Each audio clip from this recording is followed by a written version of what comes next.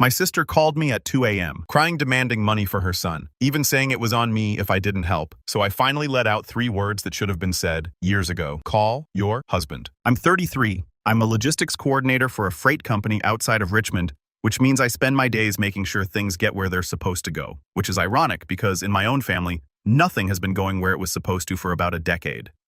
I should tell you about Rochelle. She's my older sister, 37. She has a son named Jaylen who just turned 21. She works part-time at a dental office doing billing, or she did, or she does. I honestly stopped tracking because the job changes every time I ask, and the answer always leads to why she needs money. Here's a memory I need you to have before anything else makes sense. When I was 9 and Rochelle was 13, our dad left. Not dramatically, not with a fight. He just stopped coming home, and eventually the house accepted it the way a house accepts a door that doesn't close right anymore. You just learn to push harder. I remember the first Saturday after it became permanent, which is a strange word for something nobody announced but everyone understood. I was sitting on the kitchen floor doing homework because the table had Rochelle's stuff on it, and I'd learned not to move her things.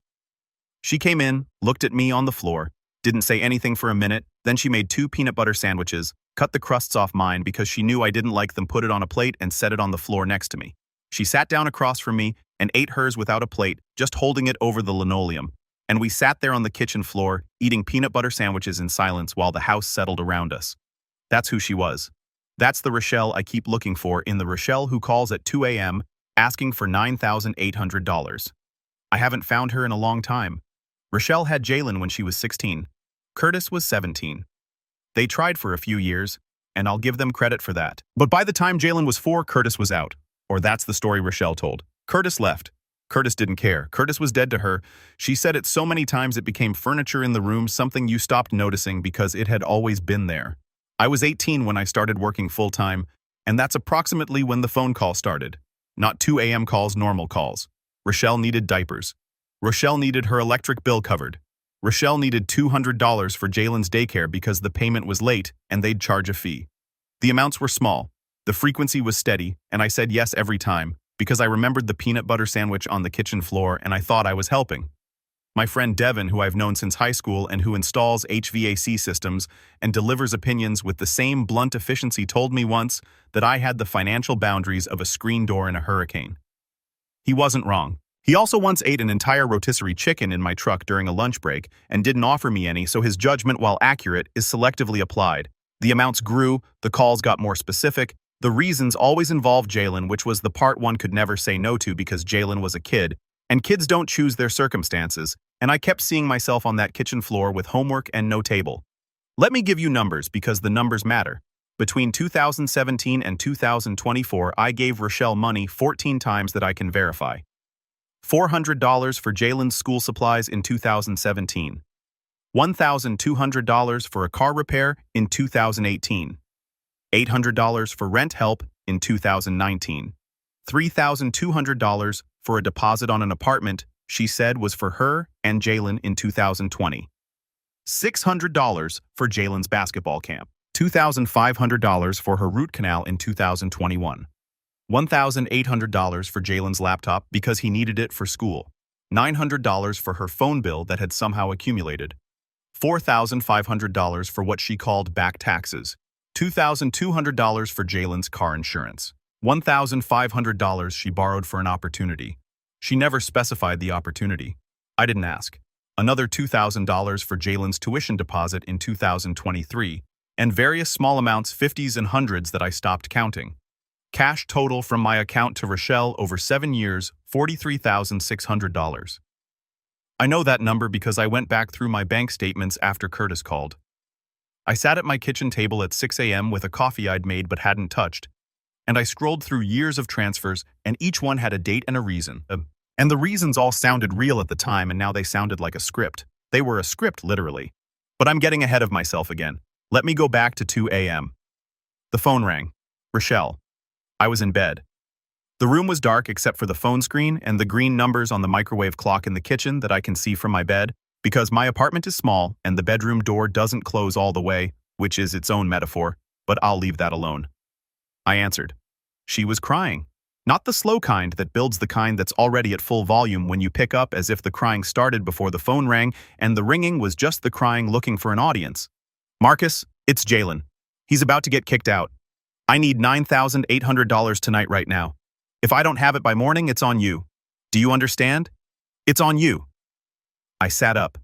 The sheets smelled like laundry detergent, and the fan was clicking the way it does when it's on the highest setting. That rhythmic tick that I usually find calming, but right then sounded like a clock. I said, kicked out of what she said. His program, his whole future. They want the balance by morning or he's out. I've tried everything. You're the only one who can help.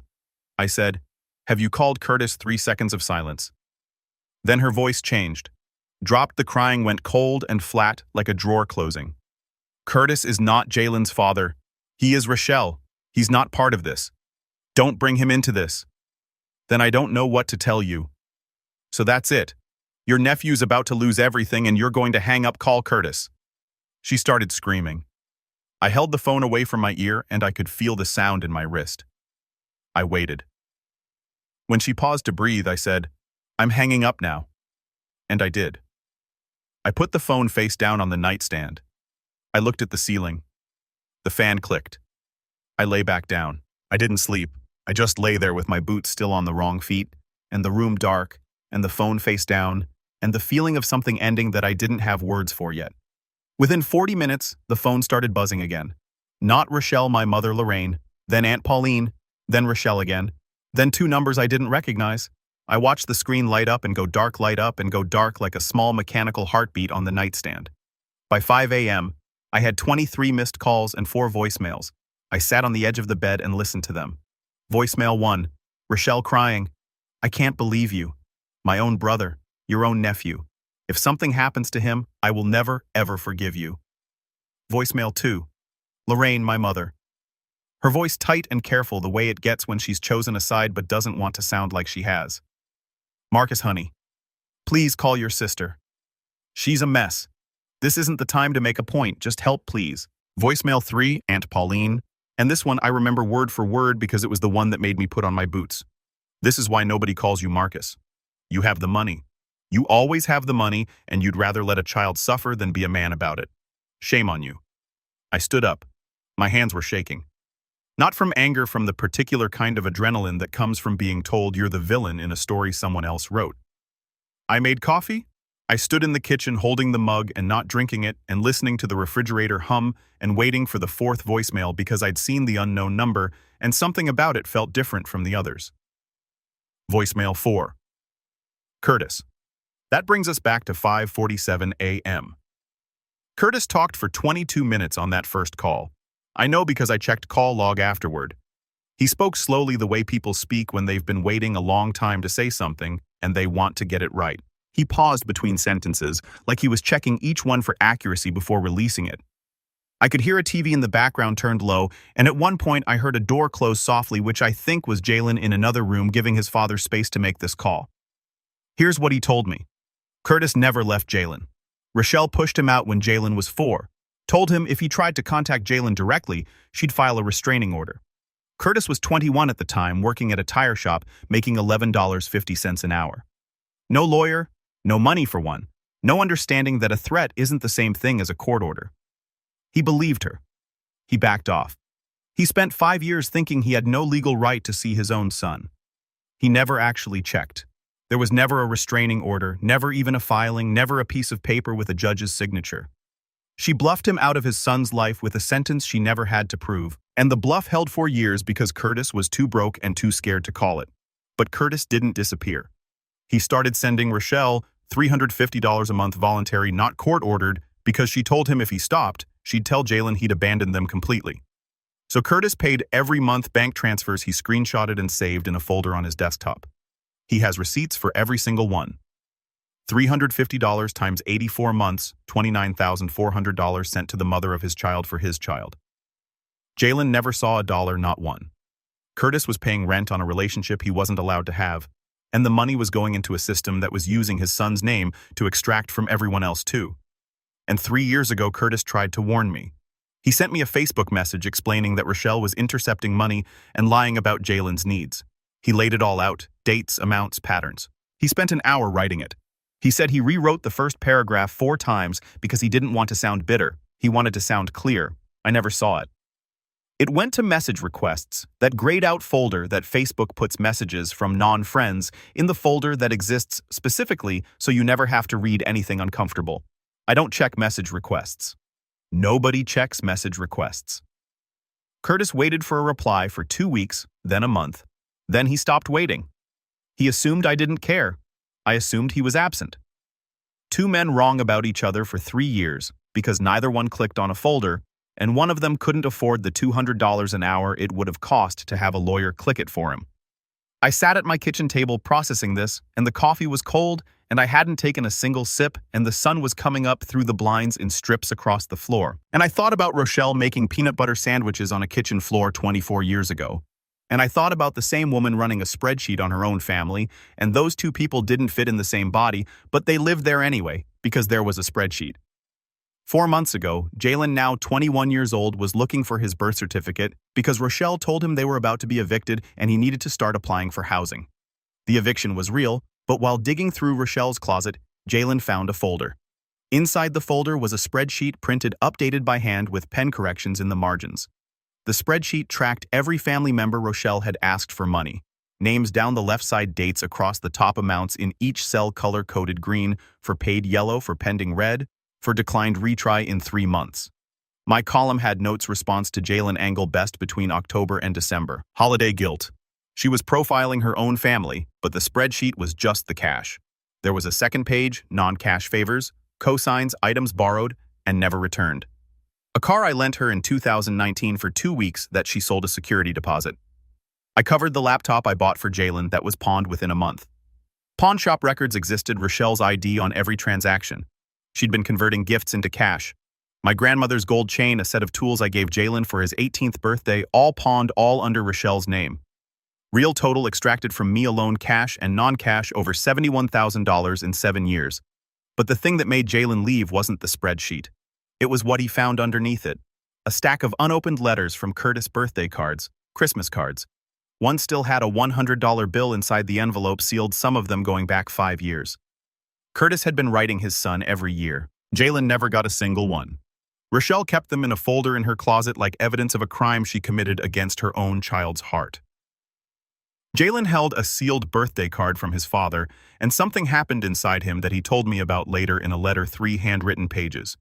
And the sentence that stays with me is this: "I thought you stopped coming around because of me." She let me believe that. He packed a bag at 3 a.m. He went to Curtis, a man he hadn't spoken to in years because he had literally nobody else. And Curtis opened the door, no questions, no conditions, just opened it. In 4 months, Jaylen got his HVAC certification. He works part-time at a supply company making $17 an hour. He's studying for his journeyman exam using a textbook he bought used for $34 with a highlighter that's running out of ink. He pays Curtis $300 a month in rent. Curtis didn't ask for it. Curtis tried to refuse it. Jaylen insisted. He said, "I need to pay for where I live. That's how it works when it's real." He was talking about more than rent. And for 2 years before he left, while still living under Rochelle's roof, eating food bought with money she extracted from other people, sleeping in a room in a house she was losing. Jaylen had been building his own file quietly, carefully, the way you build something when the person you're building it about is sleeping 20 feet away and you can hear her phone conversations through the wall. Screenshots of text messages where Rochelle told different family members different stories about the same emergency. Photographs of pawn shop receipts she left in her purse. A handwritten journal documenting every lie he caught her in, dated, described with the specific words she used, written in quotation marks, because he understood, even at 19, that the exact words matter. He started the journal at 19 after she told him his college fund never existed. There had been a college fund. My grandmother and I had set it up when Jaylen was 12, $6,200. Rochelle drained it in 2021, but the way she said never existed with a little shrug like the question was silly, something about it sounded practiced.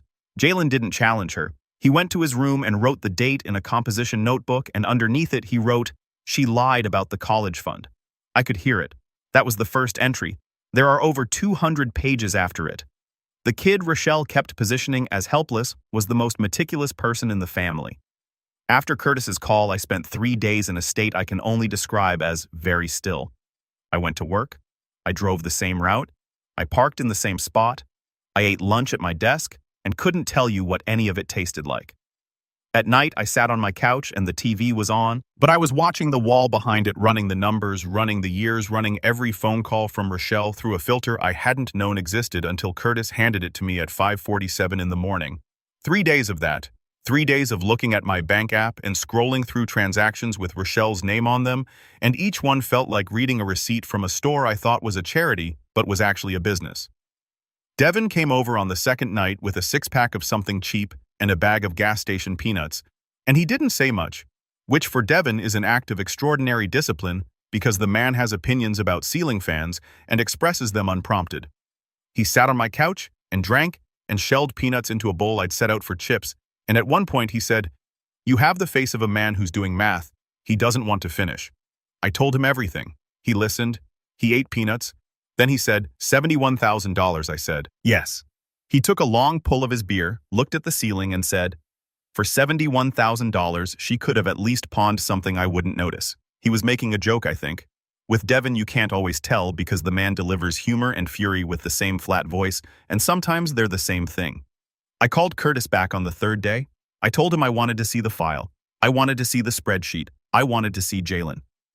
Part of me was afraid to see Jaylen. Part of me was afraid he'd look at me the way you look at someone who should have known and didn't.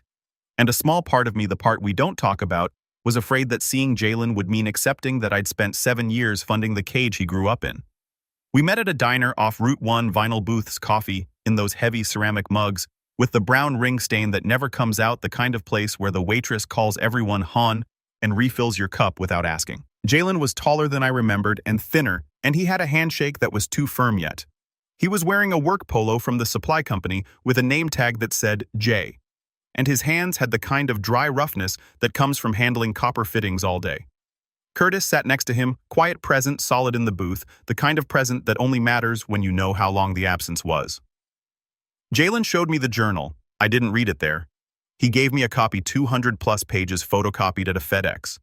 I read it at home in my truck in the driveway because I started reading in the truck and couldn't stop, and by the time I looked up, the sun was behind the trees, and I'd been sitting there for 40 minutes, and the engine had been off the whole time, and the cab was cold, and my hands were stiff on the pages, and I hadn't reached for the key. I sent the spreadsheet to every person named on it. No cover letter, no explanation, just the document. 14 envelopes, same Tuesday. I stood at the post office counter, and the woman behind the glass asked if I needed tracking on any of them, and I said no. Some deliveries you don't need to track, you just need to send. My phone rang 11 times that day. Each call was a different family member processing their own column.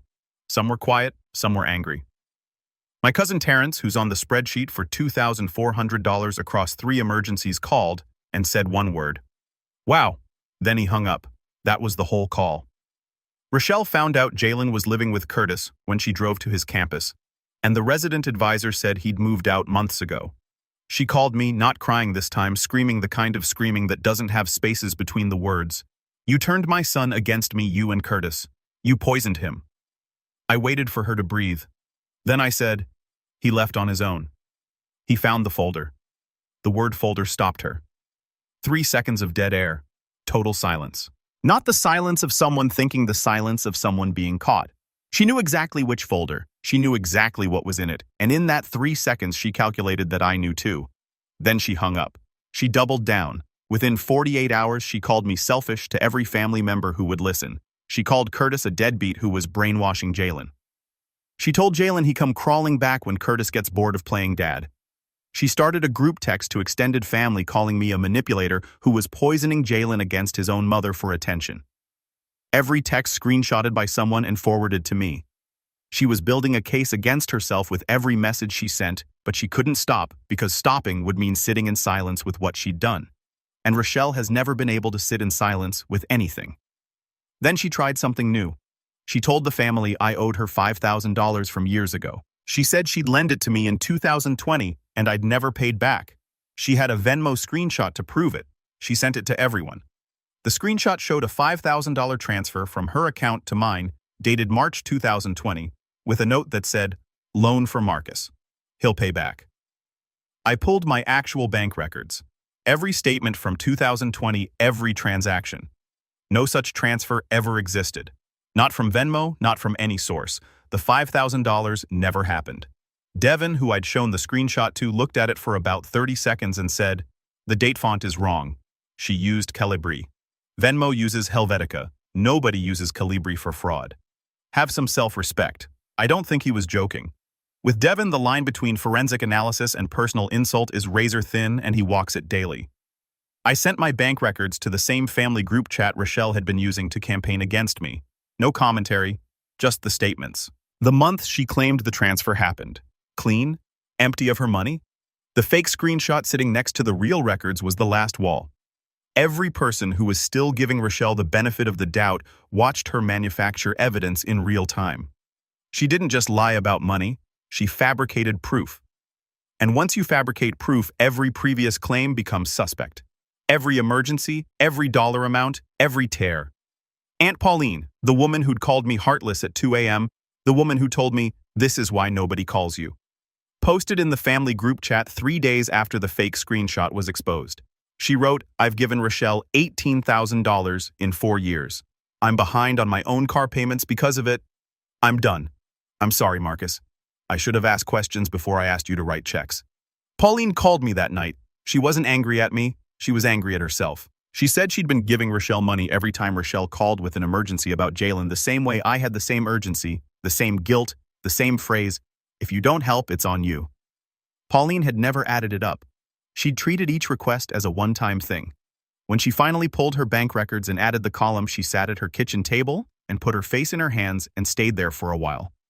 She told me she was 3 months behind on her car payment, that her credit score had dropped 80 points, that she'd skipped her own dental work twice because the money wasn't there. The money was with Rochelle. Rochelle, who on the night she called me crying about $9,800, had $14,300 sitting in a second bank account nobody knew about. That number came from Jaylen. While living with Curtis, he'd helped pull some of Rochelle's financial records for the custody paperwork, records she'd left accessible on a shared family iCloud account she'd forgotten to log out of. The second bank account was at a credit union. It had $14,300 in it the night Rochelle called me at 2 a.m. She had the money. She had almost $5,000 more than she was asking me for. She just preferred to spend mine. Part of me wanted to be angry about that number. Part of me wanted it to be the thing that finally made everything clean and simple. Just rage, just betrayal, just black and white.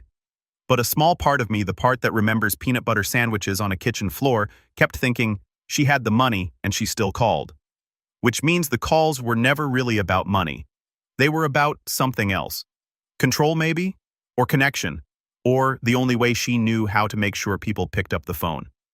I don't know. I'm not her therapist. But that thought follows me around like a dog I didn't adopt. And then my mother called. Not Rochelle? Me. Lorraine didn't apologize immediately. She breathed into the phone for about 10 seconds, and I could hear her kitchen in the background. The same clock that's been on the wall since I was a kid, the one that ticks louder than it should. She said, "I think I made her worse by making it easy." Then she said, "I've known for about 2 years. I found a credit card statement at her house that didn't match anything she told me. I should have said something. I didn't because saying something meant admitting she didn't finish the sentence. She didn't need to." Then she asked if she could see Jaylen. That was her choice. Not protecting Rochelle, not managing the situation. She chose the grandson. It wasn't dramatic. It was a quiet phone call on a Wednesday morning, but it rearranged the entire family. Curtis had suggested a family meeting before all of this. Neutral location. Me, Curtis, Jaylen, Lorraine, and Rochelle. A diner with vinyl booths and coffee that comes in those heavy ceramic mugs that never fully get clean. Rochelle came, I'll give her that. She sat in the booth with her arms crossed and her jaw set, and she looked smaller than I remembered, which might have been the booth or might have been the context. Jaylen didn't present the spreadsheet. He presented his journal, his own file, the one he built for 2 years inside her house while she slept. He opened the composition notebook and he read entries out loud, dates and quotes. Things Rochelle had said about every person at that table to him in private, thinking he'd never repeat them. What she said about Lorraine's cooking to get sympathy. What she said about Curtis being worthless to keep Jaylen from asking questions. What she said about me. "Your uncle thinks he's better than us because he has a savings account. He's not better. He's just scared to spend." Jaylen's voice didn't shake. His hands did. He held the notebook with both hands, and his fingers were white at the knuckles, and he read steadily like a student giving a report on something that happened to someone else. Except it happened to, and everyone in the room knew it. Rochelle listened for about 4 minutes. Then she stood up and said, "This is ridiculous. You're all ganging up on me." She looked at Jaylen. "When Curtis gets tired of you don't come home." Jaylen closed the notebook. "He said I'm already home." Rochelle left. The bell on the diner door rang once. Lorraine was crying silently into a napkin. Curtis was looking at the table. I was holding my coffee mug, and it was empty, and had been empty for 20 minutes, and I was holding it because I didn't know what to do with my hands. Without the money flowing in, Rochelle couldn't cover the mortgage she was already behind on. The eviction that Jaylen had been searching for his birth certificate over actually went through. The house she raised Jaylen in, the house I helped put a down payment on 6 years ago, for $1,500 that's on the spreadsheet in green because she counted it as paid, went to the bank. She moved in with a coworker from the dental office. I drove past the house once about 3 weeks after. The lawn was already starting to go, dandelions in the front walk, a lockbox on the door, a realtor sign leaning in the yard like it was tired of standing. Curtis filed for a formal custody acknowledgement, not to take anything from Rochelle. Jaylen was 21, so it wasn't about custody in the traditional sense. It was about lives with his father. The filing went through without contest because Rochelle didn't show up to the hearing. The clerk called her name twice in the hallway outside the courtroom. Silence both times. Jaylen told me later that Curtis sat in the courtroom hallway afterward and didn't say anything for about 5 minutes. Just sat on a wooden bench with his hands on his knees. Jaylen sat next to him. The hallway smelled like floor wax and old coffee from a vending machine near the elevators. Neither of them spoke. Then Curtis said, "You want to get lunch?" And Jaylen said, "Yeah." That was the whole moment. 8 years of separation resolved in a hallway. A silence and a question about lunch. I got Jaylen's letter in the mail about a week after the diner. 3 handwritten pages in a plain white envelope with no return address. Just my name and my apartment number in careful block letters. He apologized for every emergency that used his name.